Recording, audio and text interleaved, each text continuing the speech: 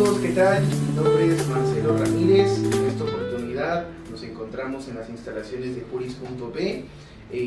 Vale recalcar que el día de hoy tenemos una invitada muy especial que nos viene acompañando desde la Ciudad Blanca, Arequipa, que es la doctora Stephanie Mendoza Inca, que más allá de poder contar con una amplia experiencia en temas de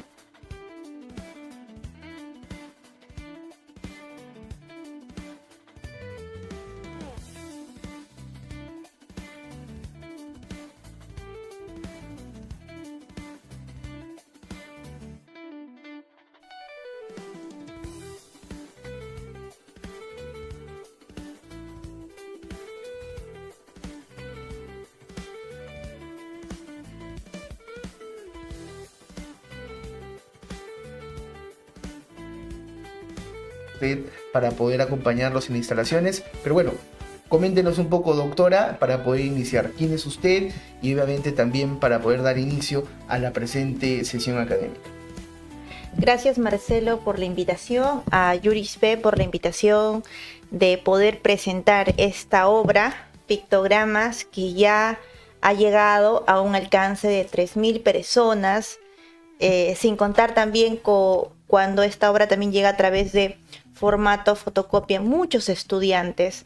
Entonces, para nosotros, para el Centro de Investigaciones Jurídicas de EPG, que es quien ha impreso esta obra, es la verdad una satisfacción, una alegría de que haya podido llegar a bastantes personas, ¿no? A la comunidad jurídica en general. Y igual cualquier ciudadano que no estudie derecho, que no sea abogado, y quiere adentrarse en este mundo del derecho penal porque de repente ha sido procesado o su caso de repente no ha sido tramitado bajo un debido proceso, el Pictogramas es esa luz que ilumina, que guía para poder comprender conceptos básicos del derecho penal, ¿no? Para eso ha sido hecho esta obra. Doctora, algo que muy importante usted también viene mencionando, bueno, hemos podido observar varias obras colectivas, varias obras académicas, pero lo particular es que siempre ponen el tema del acuerdo plenario, o sea, le dan, llamémosle así, el índice, la introducción, cuáles los verbos rectores que plasman, pero este libro tiene una particularidad distinta, porque lo he podido revisar, y tiene un desglose estructural de cuáles son los puntos, de cuáles son los temas, y obviamente es un trabajo académico distinto, porque obviamente también conlleva una responsabilidad, una rigurosidad, pero más allá de ello también es como un hijo, porque ha tomado tiempo escribirlo, corregirlo, revisión de estilo, entre otros temas. Coméntenos un poco primero cómo ha sido o qué le ha llamado usted para poder escribir este pictograma de los acuerdos plenarios. Ya, gracias, Marcelo, por tu pregunta. Primero, para inspirarme en escribir esta obra, nació primero la idea de crear una herramienta útil para nosotros difundir en los abogados y estudiantes. Esa fue la primera idea. No se pensó en un primer momento que iba a ser un libro en realidad, sino íbamos a armar un folleto en donde nosotros íbamos a recopilar y resumir jurisprudencia con la finalidad de que cuando realicemos eventos, porque a través del Centro de Investigaciones Jurídicas de EPG también realizamos eventos académicos, entonces la idea era difundir estos folletos para que muchas personas puedan acercarse de una manera más sencilla al derecho penal, ¿no? Y no a través de tecnicismos que en algún momento sí son necesarios y son importantes, pero a veces para que el estudiante se anime a profundizar en el derecho penal, a veces el camino, inicialmente podría empezar por un camino ligero para poder, por así decirlo, coger el gusto, ¿no?, de adentrarse en el estudio de la materia penal. Entonces se empezó así, se inició como la idea de un folleto. Sin embargo, cuando este folleto llegó a las manos de mi mejor amigo, que es David Rivera, bueno, ya es egresado de la Universidad Nacional Mayor de San Marcos, ya ha sido ex coordinador general del taller de ciencias penales, le presenté el trabajo porque el trabajo no iba a ser publicado únicamente de mi autoría, porque evidentemente todo trabajo, y esa es mi postura, tiene que tener una rigurosidad, tiene que ser, tiene que pasar por un filtro. Claro. Y eso se buscó con la obra Pictogramas. O sea, no es que yo soy la única autora y yo publico y no hay filtro, no. Aquí tiene que haber un filtro y fueron los prologuistas y fueron los revisores científicos que fueron fiscales supremos, adjuntos supremos en este caso. Tenemos al fiscal también provincial, la mayoría, bueno, fiscales en este caso titulares, ¿no? Esa fue la idea. Y cuando mi colega, mi amigo Davis, vio la obra, me dijo, Stephanie, esto debería ser publicado como un libro, ¿no? Más aún porque vamos a tener revisores, vamos a tener todo un equipo trabajando para esta obra. Y al final me animó. No pensé que esto iba a terminar en una obra académica, pero gracias a mi amigo Davis me animé en que sea un libro, ¿no? He podido observar también de que, como usted lo menciona, doctora, los prologuistas son personas con una voz autorizada también para poder dar fe de la escritura y también de la pluma que usted ha tenido. Pero más allá de ello, lo que he estado revisando, ese tecnicismo que se viene utilizando, por ejemplo, de hacerlo didáctico, de hacerlo posible para el lector común, para que pueda entenderlo con diagramas, para que lo pueda entender cada uno de esos aspectos.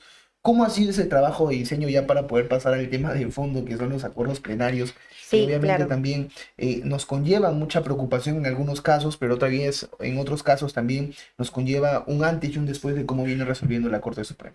Exacto. Bueno, la estructura y la elaboración, en realidad, siempre me ha gustado mucho el diseño. Ujú. Mi persona ha elaborado el diseño de esta obra. Bueno, a mí me gusta pintar. Yo pinto, por ejemplo, en óleo sobre lienzo. Ah, mira. Y también he querido arrastrar un poquito ese gusto por la pintura y el arte a este libro, que lo hice muy colorido. Y la mayoría del diseño se hizo con los colaboradores, ¿no? Que inicialmente fue, bueno, con todos los que se señalan en la parte de la hoja de créditos y como también inicialmente con mis asistentes que era Roger y Reni, que con ellos empecé elaborando este trabajo y a quienes yo les agradezco mucho haberme apoyado en este camino. Y pues al final, a mitad de camino, me apoyaron los demás colaboradores, Alexis, del Taller de Derecho Penal Económico, Nicole, eh, Jorge, todos han puesto de su parte para terminar esta obra. Entonces se estructuró así, cada año, o sea, tiene un diferente color, ¿no? Como podrán ver acá, el acuerdo plenario 2012 es un color morado, el acuerdo plenario en este caso del año 2011 es azul, ¿no? Entonces, así permite que nosotros podamos identificar los años más que nada, ¿no? Y así fue el diseño. Ahora, la estructura del mapa como tal, o sea, eso sí también fue creado por mí con la finalidad de que se entienda los acuerdos plenarios. Ujú. No se hizo como un mapa común de que se jala, ¿no? Título, subtítulo, bueno, o sea, título y contenido, no. La idea era que cada fundamento jurídico tenga su sumilla y de esa sumilla se disgregue otro párrafo que explique, ¿no? La sumilla. Entonces fue así, sumilla, el título, subtítulo y el contenido, ¿no? Y el fundamento jurídico para que el lector realmente corrobore que la sumilla pertenece al fundamento jurídico y seguir. Esto es útil para abogados, por ejemplo, para las audiencias, ¿no? Yo hace poco lo empleé, tuve una audiencia sobre violación sexual y empleé el acuerdo plenario 1/2011. Entonces, inmediatamente fui y establecí, ¿no?, que la declaración de la agraviada no reunía los requisitos que exige el 1/2011, que es ausencia de incredibilidad subjetiva, corroboración periférica, uniformidad. Entonces, como no reunía, por ende, esa declaración ya no deviene en una declaración totalmente válida, ¿no? Para que el juzgador emplee eso como una prueba para condenar, en este caso, a mi patrocinado. Y mi patrocinado finalmente fue absuelto, entre otros tantos argumentos que también se dieron en el interín del juicio. Pero es importante, por eso es que a mí me ayuda. ¿Por qué? Porque yo también le ayudo al juez en audiencia, no le digo, el requisito está en el fundamento jurídico 24, ¿no? Y así voy explicando, ¿no? Y esa es la utilidad. Doctora, usted mencionó algo muy importante y creo que esto va a ser el limbo para poder partir en los acuerdos plenarios, el acuerdo plenario 1/2011. Este acuerdo que más allá trata sobre la apreciación de la prueba en los delitos contra la libertad sexual y obviamente también que busca evitar en algunos casos la revictimización y la valoración de la declaración de la víctima. ¿Cómo cree usted que se viene plasmando actualmente por parte de los jueces y obviamente por parte de la investigación? Bueno, de las audiencias que yo he tenido, en la ciudad de Arequipa, que sabemos de que Arequipa pues es tiene una comunidad jurídica muy importante en el país. Entonces, bueno, en las audiencias que yo he tenido se le da mucha importancia a este acuerdo plenario en el sentido de que siempre van a tomar en cuenta qué tantas contradicciones presenta la declaración para efectos de determinar, por ejemplo, si hay firmeza en el testimonio, si hay coherencia, ¿no? Si hay uniformidad en todo, digamos, desde la declaración que dio la agraviada en Cámara Gesell y de repente la declaración que haya podido dar en juicio oral, que a veces es necesario que la agraviada declare en juicio oral siempre y cuando sea mayor de edad, ¿no? Pero la idea es, obviamente, no es la regla porque no se busca revictimizar a la agraviada. Pero ahora, ¿qué otra cuestión se emplea de este acuerdo plenario? El tema, por ejemplo, también de la resistencia, ¿no? Normalmente en casos de violaciones sexuales, antes se le daba un poco de peso al tema de si la víctima puso o no resistencia. Y si no puso resistencia es porque consentido. Claro. Y ello ya ha dejado en claro la Corte Suprema que no es así. Que la resistencia no va a ser un presupuesto material para determinar si la víctima, si la agraviada en este caso ha sido víctima por un delito de violación sexual. ¿Por qué? Porque puede darse el caso de que la víctima no haya puesto resistencia porque se encontraba en estado de ebriedad, ¿no? A tal punto de que no podía ni caminar ni pararse, ¿no? O puede ser que hasta haya estado amenazada por el agresor. Entonces, todo ello se fundamenta en el Acuerdo Plenario 1/2011, ¿no? Doctora, hay un caso muy interesante, no sé si usted ha podido revisar el tema de que ha cambiado la guía de evaluación por parte del Ministerio Público. ¿Este año? Sí, este año. En junio, ¿no? En junio hubo una modificatoria. Ahora establecía 7 estructuras que eran referente primero a la revisión del expediente, al tema de la explicación de la documentación, a la recolección, y obviamente lo que incorpora acá es la participación tanto del perito de parte.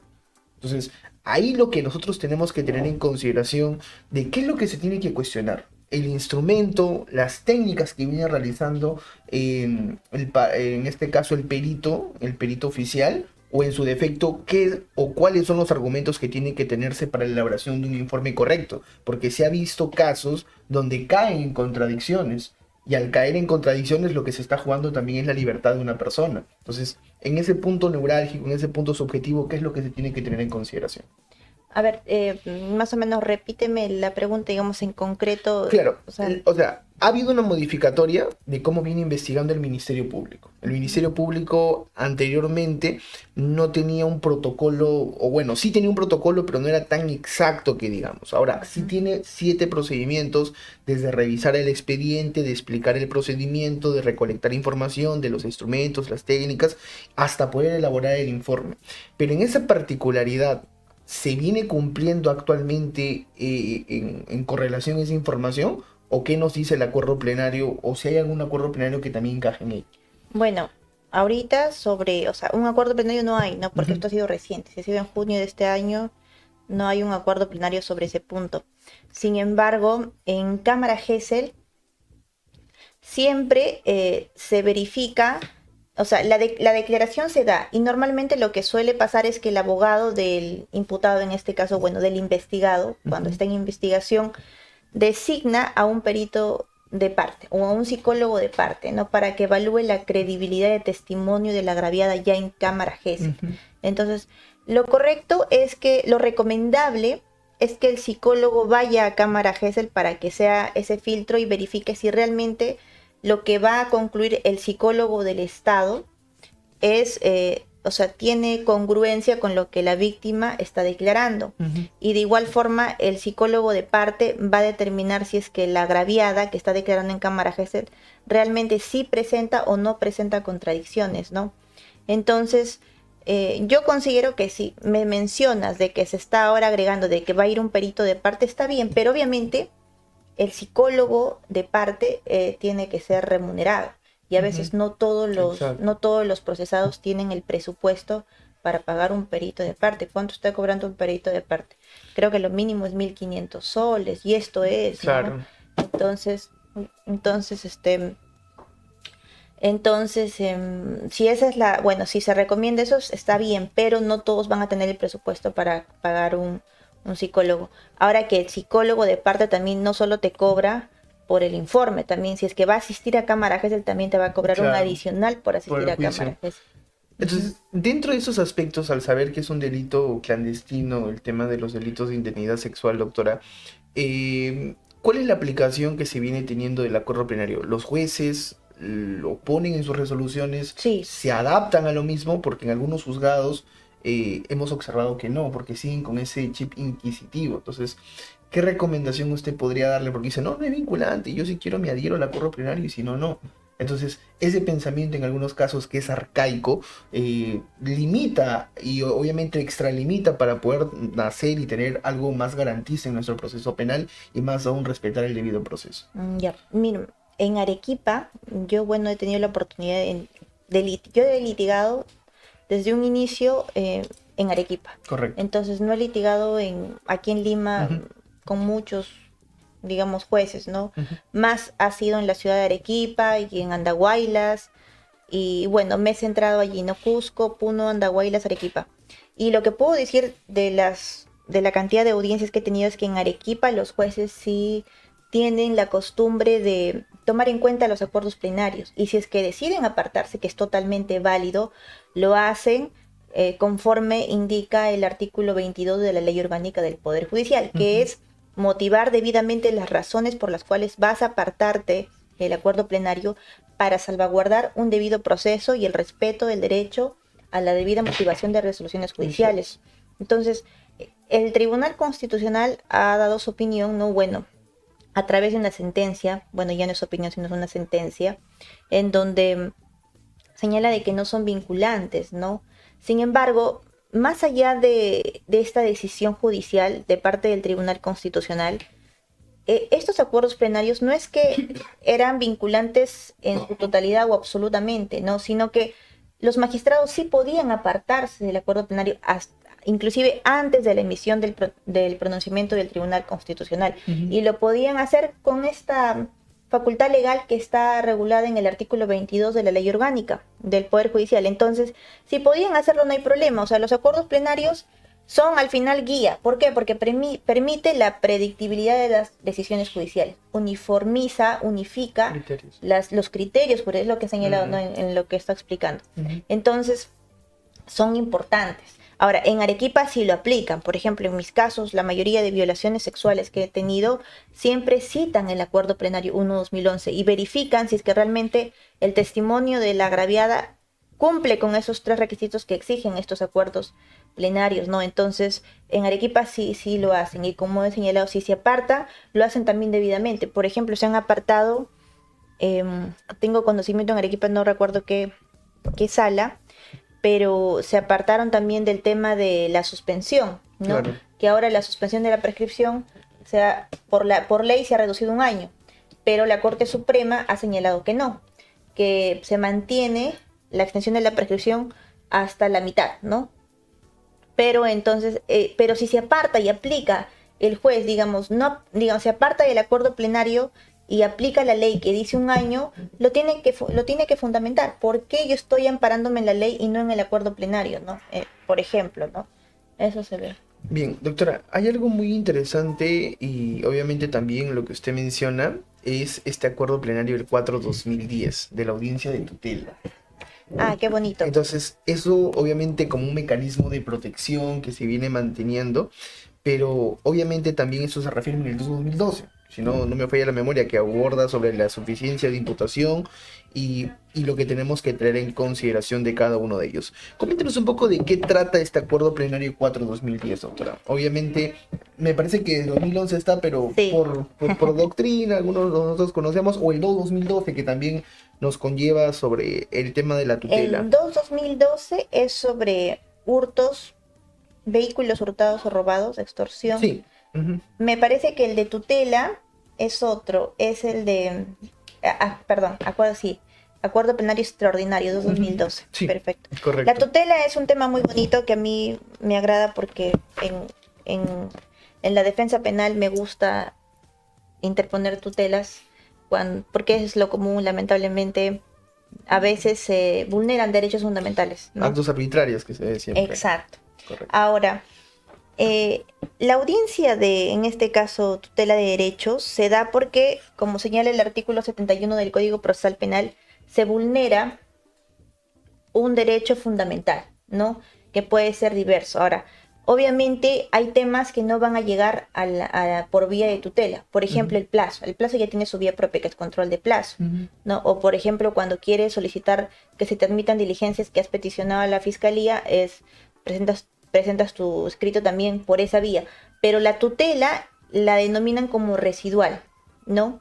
Ahora, en el acuerdo plenario se resalta y se pone énfasis a que la tutela de derechos es residual. Solo se va a acudir a la vía de tutela cuando hayas agotado peticionarlo al fiscal y hayas agotado todos los mecanismos, ¿no? Ahora, em, particularmente estoy en contra de que sea residual. ¿Por qué? Porque la tutela viene a ser como esa vía constitucional intraproceso, ¿no? Y si se te rechaza cuando se vulnera algún derecho que puede ser variado, entonces tienes que ir a la vía de amparo o habeas corpus, que es más largo, ¿no? Entonces, hay una costumbre de que por este argumento de residual no se permiten admitir tutelas.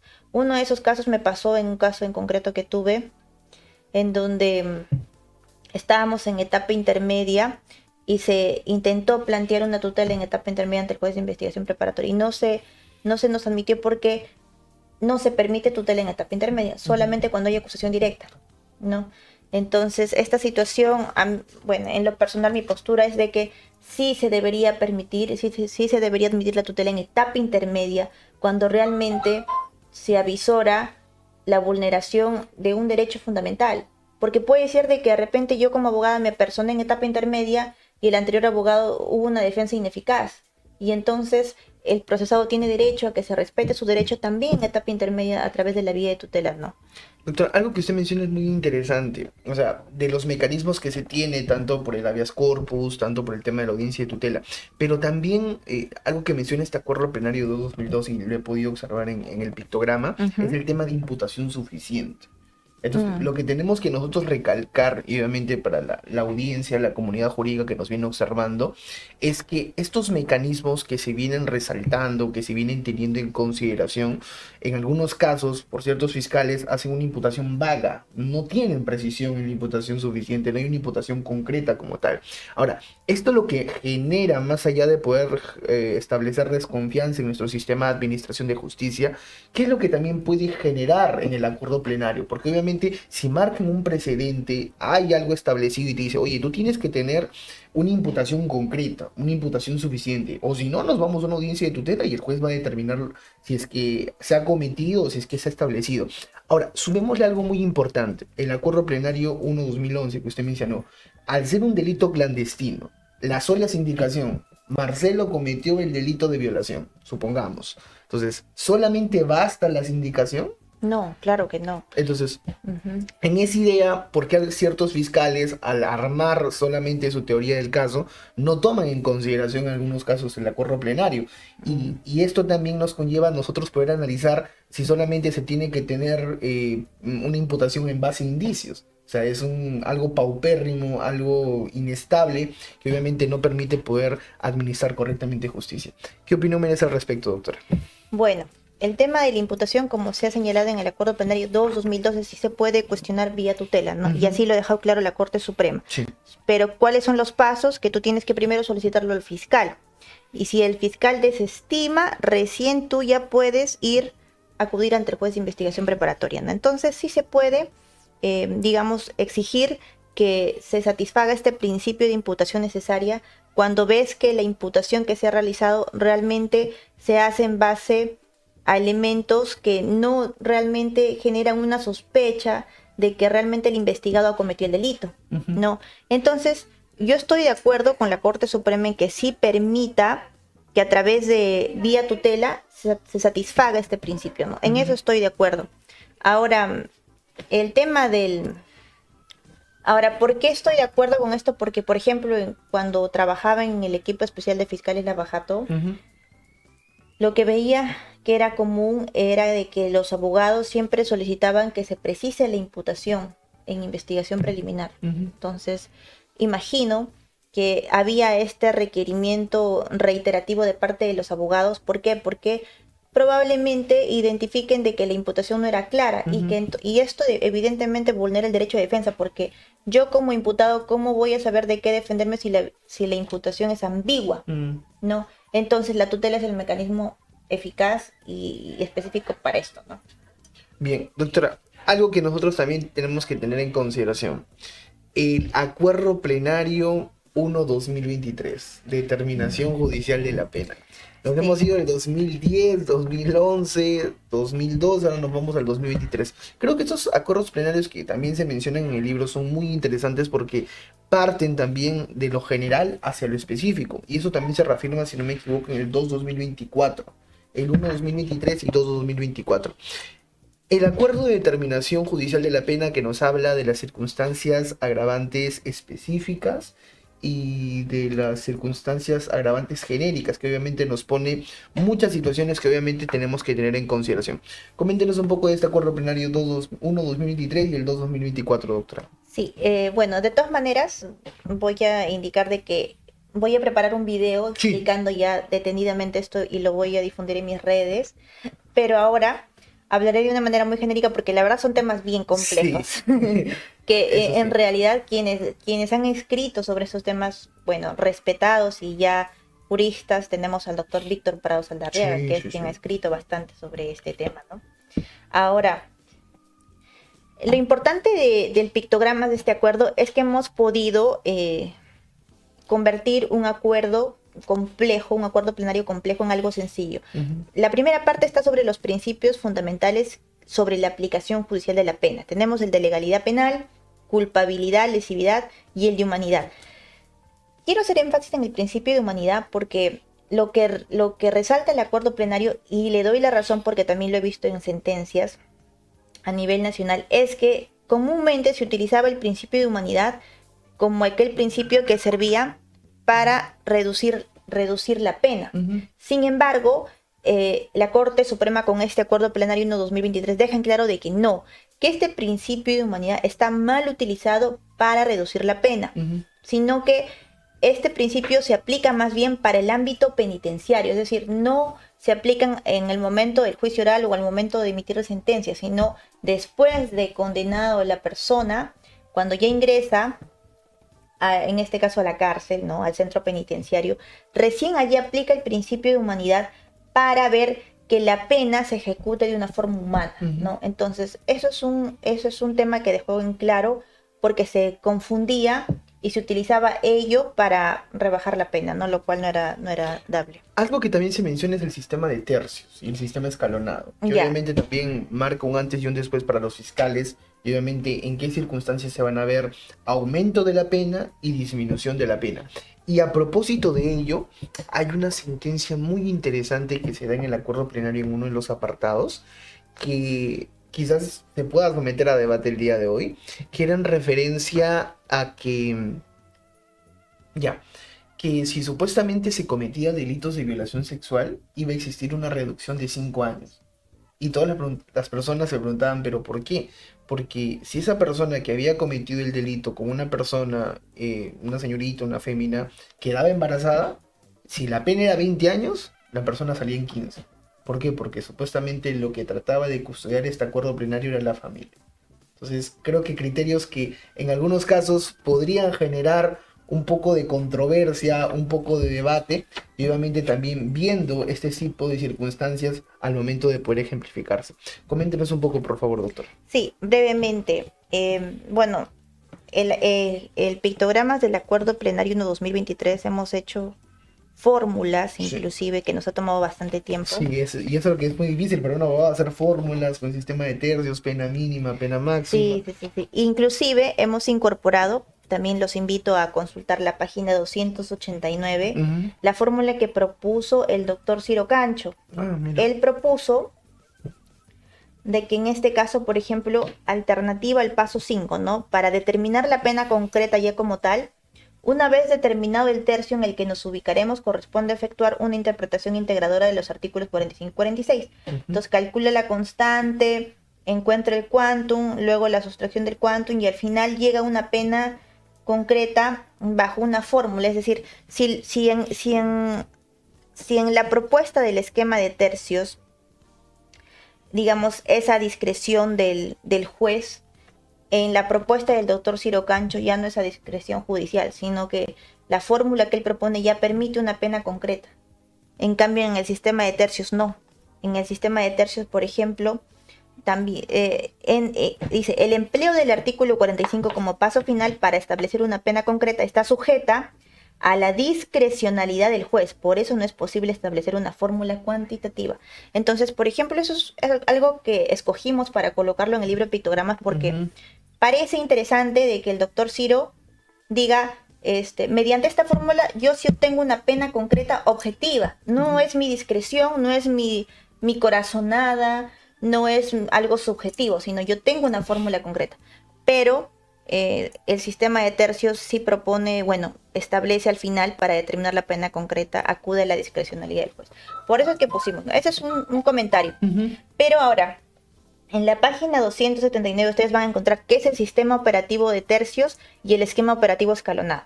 Ahora, ¿qué se establece en el de tercios? Que se deberá aplicar para los delitos en donde se utilicen circunstancias genéricas, ¿no? Dice como el homicidio simple, del artículo 106.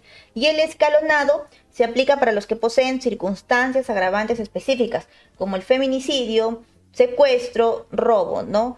Que son delitos pues que ya dentro del tipo penal están sus circunstancias agravantes específicas. Entonces, esto es lo que se utiliza y ya se desarrolla ampliamente en las siguientes páginas, pero es algo de verdad bastante complejo, que esto se tiene que hacer con pizarra, porque yo tengo que sumar, restar y llegar y hacer desde la pena básica. Por ejemplo, acá hemos puesto un ejemplo de la pena básica del robo, desde 12 años hasta 20 años, por ejemplo. Entonces empezamos con la fórmula. ¿Cuál es el primer paso? Determinar si en el caso concurre una circunstancia agravante cualificada y establecer el nuevo espacio de punibilidad, ¿no?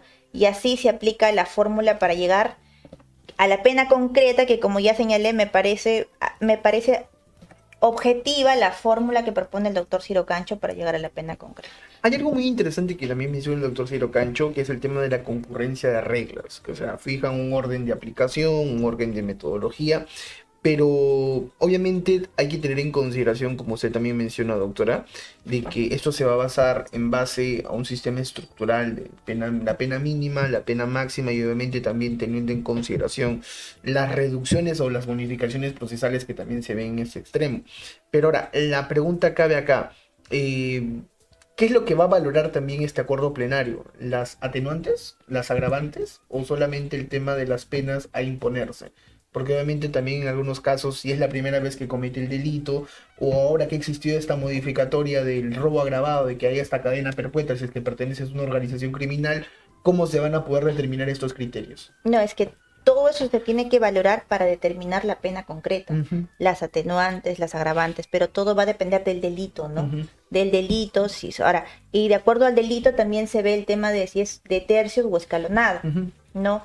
Ahora, hace poco conversé con un doctor, juez, que es de Arequipa, y el doctor justo es nuestra adelanto de que va a ser la próxima publicación del Centro de Investigaciones Jurídicas de PG, que es un juez que ha abordado este tema de sistema de tercio, sistema escalonado, que él aplica, ¿no? Como juez tiene que aplicar, casi es su trabajo, para aplicar día a día estos acuerdos de la pena. Y él me indica, ¿no? Se da el caso de que determinado delito, el acuerdo te dice aplica sistema escalonado. Pero cuando aplica el sistema escalonado se da cuenta que la pena a imponer es más grave que aplicando el sistema de tercios. Entonces me dice, ¿qué hacemos allí, doctora? Si es que el acuerdo te dice, por ejemplo, acá, en este caso, ¿no? A ver, vamos a si el acuerdo te dice, para el delito de robo aplicamos sistema escalonado. Y doctora, y yo veo que el procesado por robo, aplicando el sistema escalonado, la pena resulta grave. Y cuando le aplico el sistema de tercios es un poco menor. Entonces, ¿cuál le aplicamos? La postura del juez, que obviamente yo no puedo adelantar claro. Los nombres, ni nada, de ella es reservada. Pero la postura de este juez que me agradó es que me dijo, la pena tiene, en este caso en concreto, tenemos que aplicar el sistema de tercios. ¿Por qué? porque va a salvaguardar al procesado en el sentido de que se le va a fijar una pena más objetiva, menor, y no la del sistema escalonado. ¿Por qué? Porque inclusive el Código Procesal Penal te establece que toda norma tiene que interpretarse siempre en beneficio del procesado.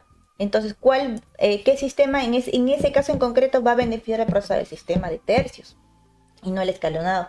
Pero el acuerdo plenario te dice aplica el escalonado. Entonces ahí tú te puedes apartar del acuerdo plenario motivando debidamente en base a principios, ¿no? Entonces, esos son los aportes que yo he podido rescatar. Yo no soy especialista en la determinación judicial, es un tema muy complejo, sí, pero obviamente para hacer el pictograma sí o sí he tenido que estudiar, ¿no? Entonces, conversando con colegas, con jueces en este caso, es muy interesante. La idea es que los magistrados y los abogados siempre optemos por la vía garantista, ¿no? Como ya indiqué, si es que el escalonado te impone una pena más grave que la de tercios, aplica la de tercios. Eso en base a principios que establece el Código Procesal Penal, ¿no? Y eso en resumen, ¿no? Pero como digo, es toda una serie de fórmulas que sí es bien largo. Yo para explicar paso por paso es bien largo, ¿no? Pero es en resumen. Parte de... A mí me Pero lo voy a explicar en un videito. No, está bien, creo que sería algo muy didáctico para poder interpretarlo. A mí me pasó algo muy interesante que usted menciona, pero fue en un proceso, un juez de Ayacucho, no voy a decir el nombre también, era mi profesor de maestría, y él me dice, Marcelo, oye, tengo este caso, casi similar, el mismo delito, y me dice, oye, ¿qué sistema uso? ¿De tercios o escalonado? Y la misma pregunta me hizo. En el escalonado me dice que tengo que utilizar pero yo me doy cuenta que es el sistema de tercios. Ahora, si es en caso yo me inhibo y utilizo el sistema de tercios, ¿me pueden poner una sanción a mí como juez en caso yo me aparto de este acuerdo plenario? No. Ahí venía la primera consulta, y lo segundo que tenía que también que consultarle era en referencia a, obviamente, si es que tú te apartas, pero más aún de ello, te abren un proceso en el OGMA, dentro del órgano de control interno del Poder Judicial, y te investiga y te dice, no, esa sentencia no está motivada. Es más, el acuerdo plenario te dice que tú tienes que tener en consideración que es un sistema de escalonado, no es un sistema de tercios. ¿Cómo tendría que actuar ahí? La respuesta la tengo en una de las páginas de pictogramas, solo que no me acordaré que tantas páginas, pero hay un acuerdo plenario que me gustaría encontrarlo ahorita. Hay un acuerdo plenario que justamente aborda sobre cuando si no deseas aplicar, ¿no? En este caso, ¿cuál debe ser? Debe ser el... Sí, pero para las personas que nos vienen escuchando, acá nos preguntan mientras que va encontrando, ¿dónde pueden adquirir el libro, doctora? Ya, perfecto. Bueno, pueden comunicarse a mi número, 964-288-715. Me escriben para adquirir la obra y yo inmediatamente les doy Fernando, ¿lo anclas, por favor, el número de la doctora? Ahí lo van a anclar.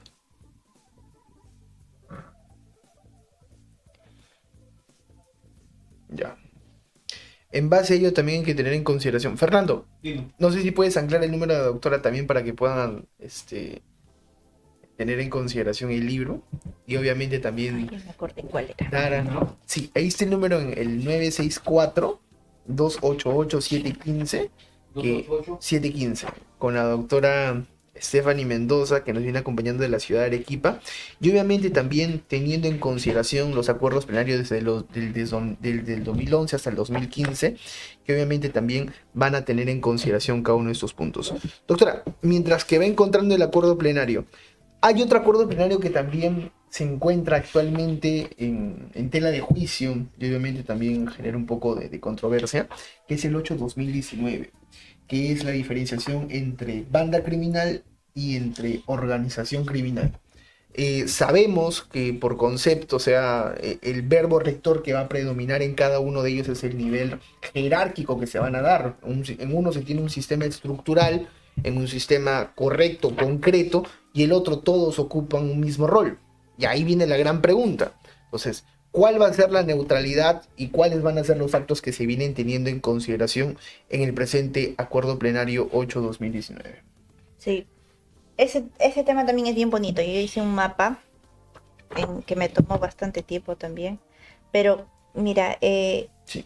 el tema de lo que, bueno, para no perder la hilación, porque si yo me mareo cuando hablo de diferentes temas, es el tema, me comentaste si es que se apartaba el juez podía ser sancionado, ¿no? Sí. Sí está abordado en un acuerdo plenario y de manera muy bonita y clara, pero yo tenía entendido que era del proceso inmediato, porque acuérdate que el proceso inmediato en un inicio cuando se creó, se inició el proceso inmediato, era obligación del fiscal incoar proceso inmediato en flagrante delito, ¿no? Entonces, ¿qué pasaba con aquellos fiscales que consideraban que no debían incoar, eran sancionados? Justo este tema abordó la Corte Suprema. Solo que el acuerdo plenario ahorita acabo de encontrar el acuerdo plenario sobre el proceso inmediato, pero me parece que este no es. A ver, sobre la incoación. Pero bueno, doctora, coméntenos un poco de este acuerdo plenario 8/2019 para también, mientras que lo va recordando, y obviamente también teniendo en consideración a cada uno de los televidentes de Juris.p, lo que trae también como reto los acuerdos plenarios. Creo yo que más allá de ser una herramienta útil para cada uno de los magistrados, para 8/2019, ¿no? Sí, el 8/2019. El otro tema sí o sí tengo que encontrarlo, claro, porque es un tema bien bonito. Y en base a ello también el nivel jerárquico que se viene teniendo tanto en una organización criminal como también en una banda criminal. A ver, coméntenos un poco. El 8/2019. En la página 259 ustedes van a encontrar una tabla, como verán aquí, en donde hemos elaborado la evolución normativa del delito de organización criminal. Por ejemplo, inicialmente, en el Código Penal de 1991 era considerada una agrupación ilícita, no existía todavía organización criminal. Luego ya se estableció el tema de la asociación ilícita y luego la organización criminal, ¿no? Fue una evolución normativa en donde también la cantidad de integrantes fue modificándose en el tiempo. Por ejemplo, al inicio se exigía solo 2 personas para una asociación ilícita. Ahora con la organización criminal ya son 3, ¿no? Ahora, ¿cuál es lo que ha también cambiado? El elemento temporal. Anteriormente la norma no señalaba, ¿no? Pero ahora se establece de que la organización criminal, para que sea considerada como tal, tiene que ser permanente. Asimismo, ¿cuál es el elemento teleológico? La finalidad, antes de la última modificación, que es la ley 32.138, la finalidad era que tenía que perseguir la comisión de cualquier delito, ¿no? Pero ahora es más específico. Ahora dice solo delitos de extorsión, secuestro, sicariato, ¿no? Y otros delitos sancionados con pena igual o mayor a 5 años. El elemento funcional, que los miembros tienen que organizarse, concertar. Ahora también ha cambiado. Los miembros conciertan, coordinan y se distribuyen roles entre sí. Entonces, ya no está, por ejemplo, el término organizar. Ya no se exige ello. Y el elemento estructural, antiguamente la estructura de la asociación ilícita era una estructura más precaria. Ahora la estructura es más organizada. Es lo que se exige, ¿no? Esa es la evolución normativa que parte desde el Código del 91 hasta el año 2024, que es la ley 32.138. Entonces, estos elementos que he señalado, el elemento personal, temporal, teleológico, funcional, estructural, lo van a encontrar en el Acuerdo Plenario 1/2017, de fecha 5 de diciembre del 2017. Entonces, esa es la evolución normativa que obviamente para nosotros, los que somos abogados o estudiantes que queremos, o que, por ejemplo, como abogados, conocemos un caso de organización criminal, bueno, que en mi caso no acepto ese tipo de casos, pero los que tengan esos casos, tienen que también conocer la normativa, ¿no? El contexto histórico de la normativa, porque estudiar un caso no solo es ver el caso y la norma vigente, también hay que entender el contexto histórico como base, ¿no? Ahora, ¿cuál es la diferencia entre banda criminal y organización criminal? Primero, que la organización criminal exige 3 integrantes, la banda criminal solo 2. El elemento temporal, ya he señalado, la organización criminal es permanente, la banda criminal no necesariamente es permanente. Ahora, el elemento teleológico, la organización criminal persigue cometer delitos, ¿no? Los que son mayores a 5 años, extorsión, secuestro. En cambio, en la banda criminal es cualquier delito. Ahora, el elemento funcional. En este caso, en la banda criminal solo hay una concertación y actuación de manera espontánea. En cambio, en la organización criminal no. Como es más organizado, tienen que concertar, coordinar, distribuir roles, porque estamos hablando de que son de 3 a más integrantes. Y el elemento estructural, la diferencia es que la organización criminal es más organizada y desarrollada con mayor capacidad operativa. En cambio, la banda criminal es una estructura precaria. Esas son las diferencias que hacen que uno entienda cuándo estamos ante una banda criminal y cuándo ante una organización criminal. Ahora, la importancia del pictogramas y de este tipo de mapas que acabo de explicar es justamente eso, ¿no?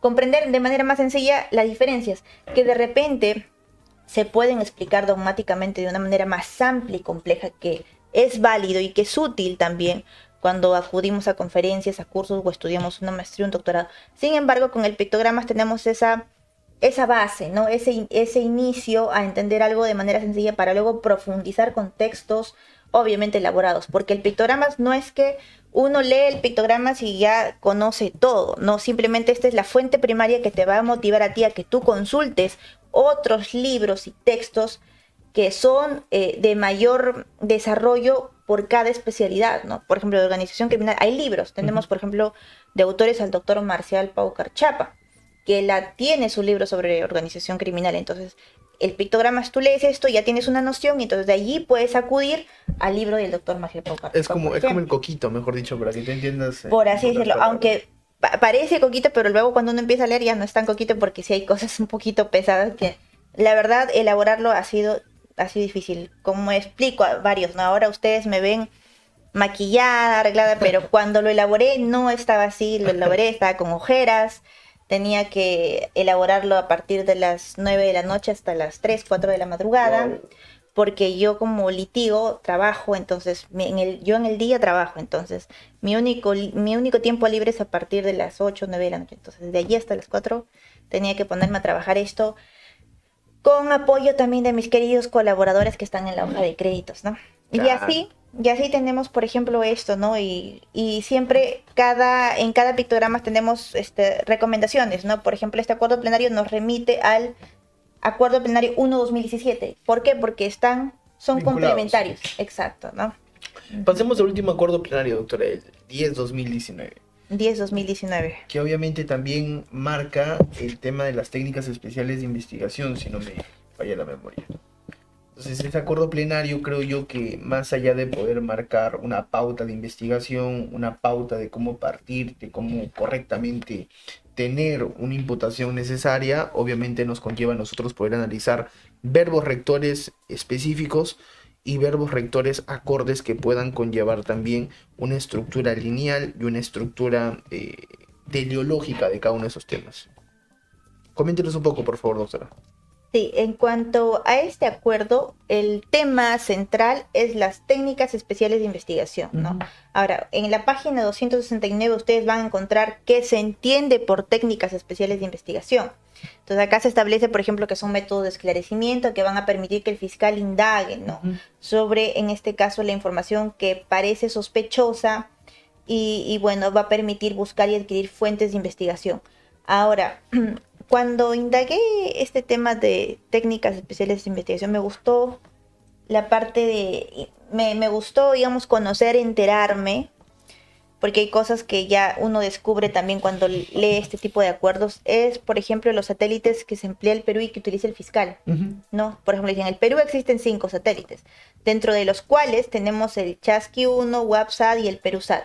Este último es empleado por el Ministerio Público, por ejemplo, el Perusat-1, ¿no? Para combatir la criminalidad. Por ejemplo, eso era algo que mi persona desconocía. Yo también. Pero que el Ministerio Público utiliza ello para combatir la criminalidad. ¿Y para qué sirve este satélite que emplea el Ministerio Público? Para detectar rutas de narcotráfico en la sierra y la selva.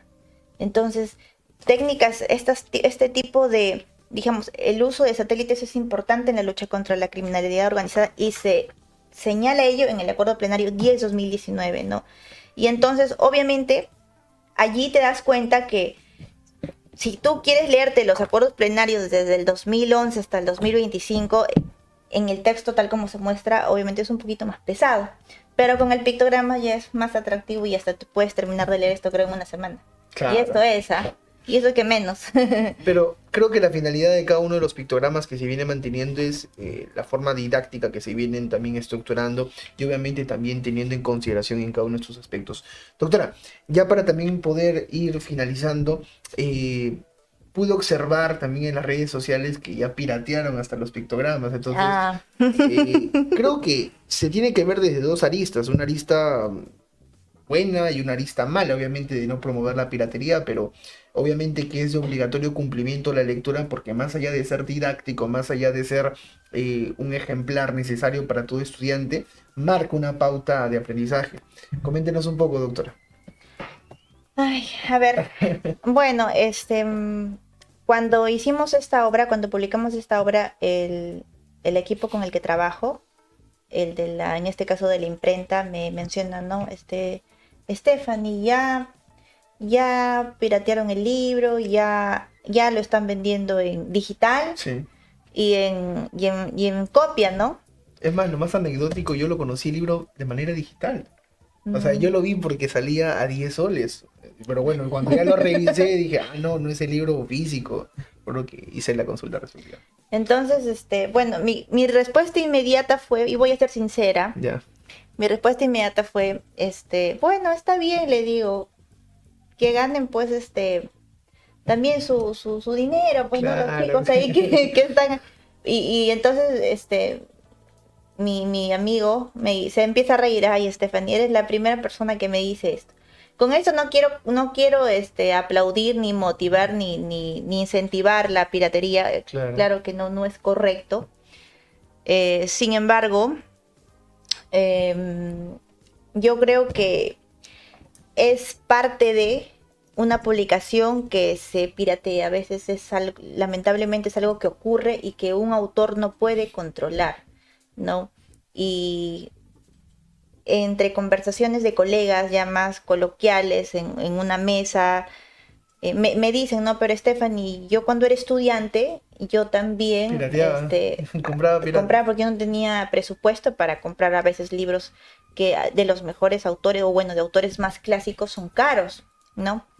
Y entonces es válido, entonces darle chance a que también los estudiantes o personas que no tienen el presupuesto para adquirirlo, ahora con esa copia sí puedan acceder, y es válido. Y es que la finalidad de pictogramas no es que esto sea para una élite de conocimiento.